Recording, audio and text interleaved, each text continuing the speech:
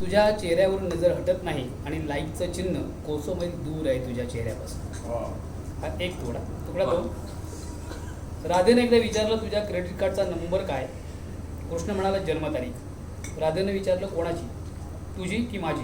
कृष्ण म्हणाला नाही, तुझ्या माझ्या नात्याची. राधा समजून गेली 14 फेब्रुवारी. राधेनं विचारलं भेटणाऱ्या प्रत्येक माणसाशी इतक्या प्रेमानं आणि आत्मविश्वासानं कसं काय बोलू शकतेस तू? कृष्ण म्हणाला तुलाही जमेल, फक्त येणारा प्रत्येक माणूस तुझ्या माहेरून आलाय अशी कल्पना कर.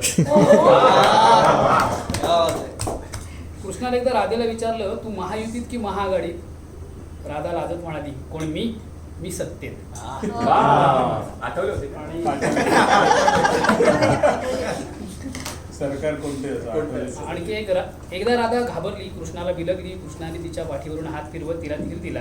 राधा म्हणाली हे असे युगानुयुगे राहता येईल का रे? कृष्ण म्हणाला येईल, पण मग बासरी वाजवता येणार नाही. राधेने चटकन मिठी सोडून ओठांवर ओठांची वासरी ठेवली. काय बोलली?